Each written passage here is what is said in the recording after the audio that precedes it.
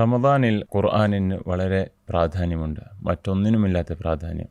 മലക്ക് ജിബ്രീൽ അലൈഹിസ്സലാം എല്ലാ റമദാൻ മാസത്തിലും ഹബീബ് സല്ലല്ലാഹു അലൈഹി വസല്ലമ തങ്ങളുടെ അടുത്തേക്ക് വരികയും അതുവരെ ഇറക്കപ്പെട്ട ഖുർആനിൻ്റെ മുഴുവൻ റിവിഷൻ അന്ന് നടക്കുകയും ചെയ്യാറുണ്ടായിരുന്നു. നബി സല്ലല്ലാഹു അലൈഹി വസല്ലമ തങ്ങളുടെ അവസാന വർഷമായപ്പോൾ മലക്ക് ജിബ്രീൽ അലൈഹിസ്സലാം വരികയും 2 തവണ ഓതുകയും ചെയ്തിരുന്നു. റമദാനിൽ നമ്മൾ ഖുർആനിന് നൽകുന്ന പ്രത്യേകത മറ്റൊന്നിനും പലപ്പോൾ ഇല്ല. ഖുർആൻ ഇറക്കപ്പെട്ട മാസം റമദാനാണ്. ഷഹ്റു റമദാൻ അല്ലദി ഉൻസില ഫീഹിൽ ഖുർആൻ. അതുകൊണ്ടാണ് നമ്മൾ പലപ്പോഴും പല വിദ്യാഭ്യാസങ്ങളും നമ്മളുടെ പഠനവും മറ്റും എല്ലാം ഒഴിവാക്കിയിട്ട് ശരീഅത്ത് കോളേജുകളെല്ലാം പൂട്ടിയിട്ട് നമ്മൾ അറിവിൻ്റെ ആളുകൾ തന്നെ, ഉലമാക്കൾ തന്നെ ഖുർആനിൽ മാത്രം ചടഞ്ഞിരിക്കുന്നത്, അതിൽ മാത്രം ഒതുങ്ങിയിരിക്കുന്നത്. ഖുർആൻ ഇങ്ങനെ ചെറിയ സമയങ്ങൾ കൊണ്ട് ഖതം തീർക്കുന്നത് നല്ലൊരു കാര്യമാണ്, വലിയ പുണ്യമുള്ള കാര്യമാണ്. അങ്ങനെ നമ്മൾക്കെല്ലാവർക്കും പതിവുള്ളതാണ് ഓരോ റമദാനിൽ ഒരു ഖതമെങ്കിൽ. നമ്മളുടെ ഇടയിൽ ഓരോ ദിവസവും ഖതം തീർക്കുന്ന ആളുകൾ ഇപ്പോഴും വളരെ അധികമുണ്ട്. പെട്ടെന്ന് ഓതി തീർക്കുക എന്നുള്ളത് ഒരു പുണ്യമുള്ള കാര്യമായിരിക്കെ തന്നെ നമ്മൾ ശ്രദ്ധിക്കേണ്ട മറ്റൊരു കാര്യം കൂടിയുണ്ട്. ഖുർആനിനെ വളരെ സമയമെടുത്ത് അതിൻ്റെ സ്വാദറിഞ്ഞ് തദബ്ബുറോടുകൂടി ഓതുന്ന ഒരു ഓത്ത്.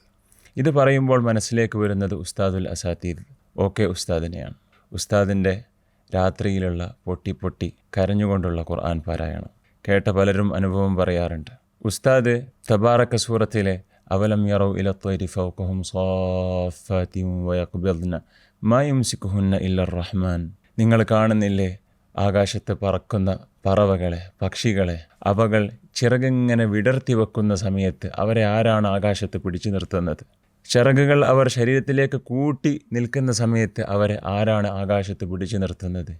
ഈ ആയത്തോതുന്ന സമയത്ത് ചിറകുകളെപ്പോലെ കൈകളിങ്ങനെ വിശാലമാക്കി പിടിച്ച് ഒതുക്കി പിടിച്ച് ഖുർആനെ ജീവിച്ചുകൊണ്ടുള്ള ഉസ്താദിൻ്റെ അതിമനോഹരമായ ഖുർആൻ പാരായണം.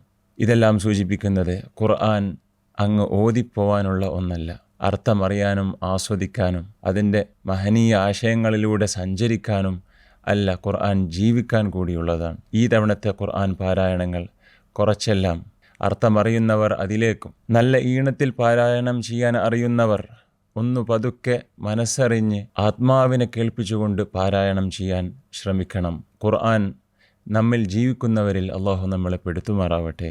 ആമീൻ.